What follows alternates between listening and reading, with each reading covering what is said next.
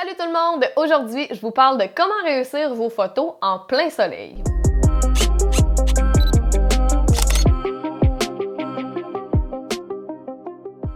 Salut les passionnés de photos! Je m'appelle Joanie Terrien et je suis photographe. Ma mission, c'est de vous permettre de faire des photos qui vous rendent fiers. En passant, si c'est votre première fois sur ma chaîne YouTube, n'hésitez pas à vous abonner pour rien manquer des prochaines vidéos. Et bien sûr, si vous aimez la vidéo d'aujourd'hui, n'hésitez pas à la partager et à me laisser un petit pouce. Maintenant, dans un de mes Facebook Live, il y a Nabil qui m'a demandé comment faire pour réussir ses photos quand la lumière est vraiment pas idéale, plus précisément quand on est en plein soleil. Donc voici mes recommandations. Comme photographe, on se laisse un petit peu impressionner par la lumière qu'on a à dealer avec. Donc des fois, on va arriver dans une situation justement en plein après-midi où est-ce que le soleil est vraiment plombant, mais c'est sûr et certain que c'est pas nécessairement la lumière idéale qu'on voudrait, surtout si on fait des portraits. Donc, normalement, lorsqu'on fait des portraits, on veut avoir une lumière qui est le plus douce possible, généralement, donc avec des ondes qui sont plus diffuses, comme c'est le cas avec mon éclairage de studio présentement. C'est le genre de lumière qu'on veut avoir préférablement sur nos sujets parce que c'est généralement plus flatteur et tout ça. Ceci étant dit, si on est en plein soleil, que le soleil est très haut dans le ciel et tout ça, mais avoir une lumière qui est plus flatteuse pour les gens, c'est un petit peu plus difficile.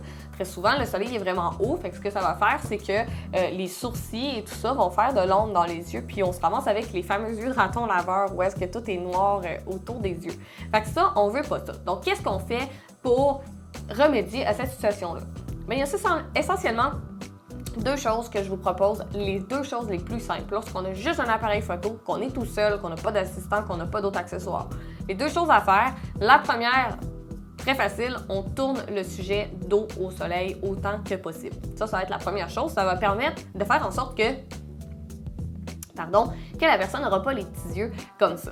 Donc ça va vraiment aider dans un premier temps. Puis ensuite de ça, le fait que le soleil soit derrière le sujet, ça va faire une lumière un petit peu dans les cheveux, mais ça ne viendra pas créer les ombres indésirables que je vous parlais qui font les yeux de raton laveur. Fait que ça va être une chose qu'on peut faire.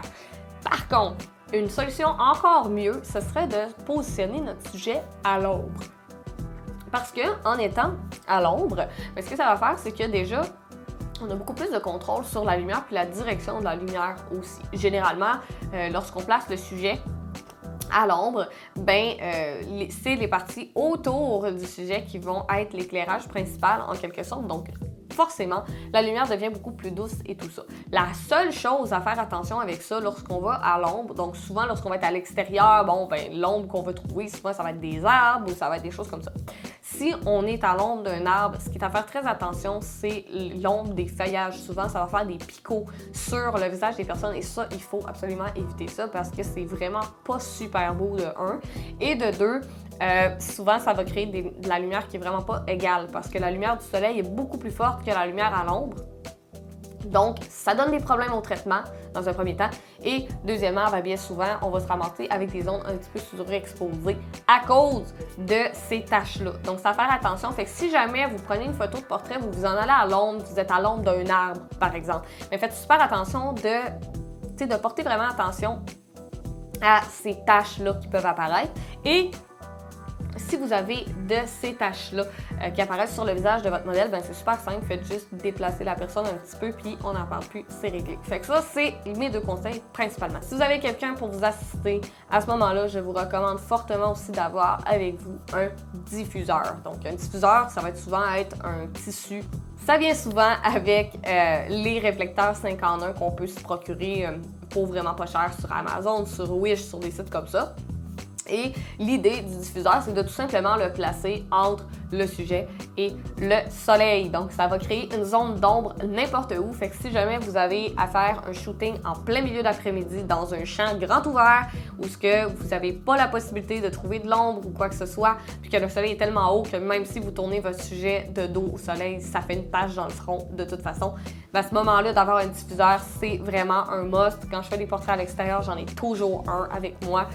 Puis, on s'arrange comme on peut. Si jamais vous êtes tout seul, vous n'avez pas d'assistant, une autre solution au diffuseur, c'est d'avoir des parapluies blancs translucides qu'on utilise normalement en studio.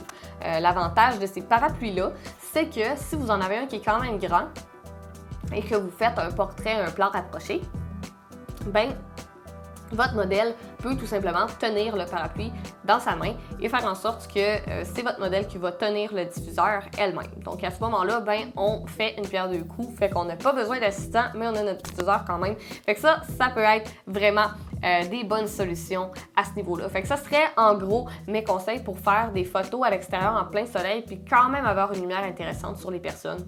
Bref, c'est pas du tout impossible de réussir ces photos en plein soleil. Il faut juste utiliser la lumière autrement. Bref, j'espère que cette vidéo-là vous a plu et que ça va vous permettre de mieux réussir vos photos quand la lumière est pas idéale. Donc si vous avez aimé, n'hésitez pas à la partager et à me laisser un petit pouce. En passant, si vous aimeriez venir me poser vos questions photos en direct, rejoignez-moi sur ma page Facebook tous les mardis soirs. Pour être certain de rien manquer, cliquez sur le lien dans la description pour recevoir les notifications quand je suis en direct. Donc bref, sur ce, je vous dis à bientôt et bonne photo!